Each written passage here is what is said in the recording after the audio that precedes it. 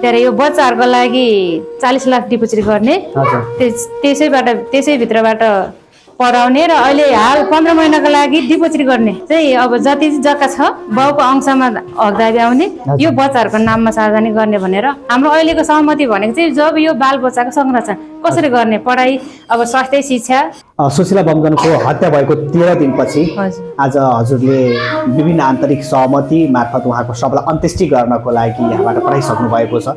विशेष गरी त्यो सर्वदलीय बैठकमा चाहिँ के सहमति गर्नुभयो? नै हाम्रो बाहिर आन्तरिक सहमति चाहिँ भएको छैन। अब त्यो चारजना जसरी गइहाल्छ। हाम्रो अहिलेको सहमति भनेको चाहिँ जब यो बाल बच्चाको संरक्षण कसरी गर्ने पढाइ अब स्वास्थ्य शिक्षा अनि के भन्छ यो स्वास्थ्य शिक्षा बास कपासले सबैको लागि मात्रै हो मिलेको। अनि त्यहाँ जुन यो बच्चाहरूलाई कसरी गर्दा हुन्छ भनेर त्यो भित्र गएर 4-5 जना हामी त्यहाँ भयौँ।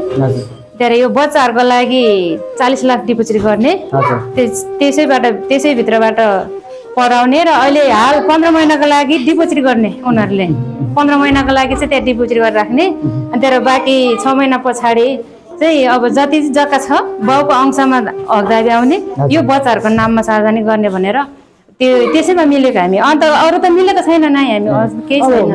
हामीले पहिला पनि के सुनेका थियौ भने श्रीमान्तै कोरियाबाट नआउँदासम्म चाहिँ सबलाई नबुझ्ने भनेको अहिले एकासी डिसिजन गर्नु बालबालिकाको लागि। हजुर अहिले निस्कदैन यो बालबालिकाको लागि मात्र हो। बच्चालाई संरक्षण के गर्दा राम्रो हुन्छ भन्ने मात्र हो। अरु त नै हामी मिलेको छैन। अन्त उसमा त 4 जना जसरी नै जानै पर्छ जाग्नै पर्छ। ती 4 जनालाई चाहिँ त्यसमा त त्यो छँदै छ।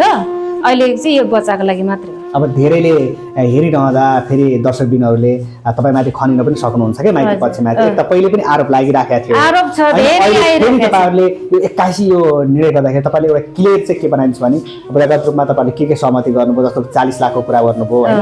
40 लाखको कुरा कति दिन भित्र 6 महिनामा 6 महिना भित्रमा 40 लाख राख्ने र तीनवटा बच्चाको नाममा अनि जुन बाउको नाम आउने अंश हकदाबी हुन्छ नि बच्चाको अति सबै बच्चाको नाममा गर्ने। अहिले हाललाई चाहिँ 15 महिनाको लागि चाहिँ डिपोजिट फिक्स डिपोजिट राख्नु पर्ने। हजुर अब बालबालिकाहरू चाहिँ कसको संरक्षणमा बस्ने भए? अहिले संरक्षण त यस्तो भएछ म नजिक मैले हेर्छु अनि त्यहाँ नभए उनीहरूले नै हेर्छु भने अब 2 जनाकै उसमा छ। उनीहरूले नै हेर्न पाउने हामीले नै हेर्न पाउने राखेछ। घर परिवारले पनि बालबालिकालाई संरक्षण दिन पाए र माओवादी पक्षले पनि उनीहरूलाई संरक्षण गर्ने भयो अहिलेलाई। हजुर हजुर। अनि त्यसपछि बालबालिकाको यो होस्टेल राख्ने कुराहरू पनि आइराखेको थियो यो के हो खासमा? हजुर होस्टेल भन्नाले उनीहरू लाने भन्ने मैले नदिने किन दिनु। अब आमा त मारेको यो बच्चा सानो सानो छ ननिमुठेर खाल्ने हो भन्ने हाम्रो उ भयो नि त नि सोच। अनि हामी पठाउँदैनौ। अब फेरि अहिले तत्कालै यो बच्चाहरूको अहिले नै सारे भने त अर्कै उ आउँछ समस्या आउँछ भनेर नपठाउने भनेर 1.5 वर्षको लागि चाहिँ यही राखेको छ। 1.5 वर्षको लागि मामा माउली पक्ष भए कि 1.5 वर्ष अनि पछि त्यो भन्दा आउने समय पनि हामी वरिपरि नै राख्ने भन्ने कुरा गरेको छौँ। अन्त नपठाउने। अब यसरी बुझ्नु आजको सहमति भनेको बालबालिकाको पक्षको लागि मात्र बालबालिकाको भविष्यको लागि मात्र गरियो र अन्य कानुनी प्रक्रिया चाहिँ निरन्तर चलिराख्ने हो। यो त छोड्दैन। यो त कसरी छोड्नु त क्रुर हत्या गरेर मारेको छ अनि त्यसलाई कसरी छोड्नु त यो त सोच्नै नसक्ने घटना गरिरहेछ तिनीहरूले। अब 4 जना त जसरी नै गर्नुपर्छ। 4 जना नगरसम्म छोड्दैन भने त। हजुर सुशीला बमजनको अब अन्त्येष्टिको कार्य चाहिँ खुल्यो सजिलै। हजुर सजिलो भने यो बच्चाको लागि सबभन्दा मेन हामीलाई गाह्रो भनेको बच्चाको लागि मात्र हो। अब बच्चालाई राम्रो भए हुन्छ। अब 4 जना त जसरी नै हाल्नै पर्छ। तिनीहरूलाई नछोड्ने साथ सम्झिँदै त्यो जाग्नै पर्छ भन्ने हाम्रो चाहिँ धारणा छ। अब के हुन्छ कानुन अनुसार कानुन भन्दा माथि जान सकिँदैन हामी।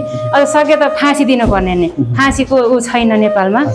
त्यही भएर यो धेरै भइरहेको हो कि अहिले नेपालमा भन्दा नि सिन्धुलीमा अहिले लगभग 5-6 जना 4 जनासम्म त भइसकेको छ। अब म चाहिँ के हुन्छ आजको सहमति हामी अन्त अरू केहीमा सहमति भएको छैन। बालबच्चाको लागि हो। हामी अरू केही नसोधिदिनु होला र अरू भन्ने कुरा त पछि नै राखिरहेछौँ। कानुनी प्रक्रिया गइरहेछ। हामीलाई अन्यथा नसोधिदिनु होला। हामीलाई पनि धेरै गाह्रो भइरहेछ त। मेरो चेली अब चेली भनेर बहिनी अब बुवा आमाको छोरी अब यत्रो दिन 13 दिनसम्म राख्दाखेरि त कस्तो ऊ हुन्छ त अनि बाउ आमालाई अब छोरी त्यहाँ कुहिराखेको छ।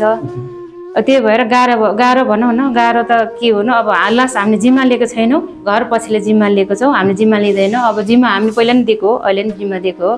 त्यही भएर हामीलाई केही नराम्रो नसोचिदिनु होला। हुन्छ हस् धन्यवाद।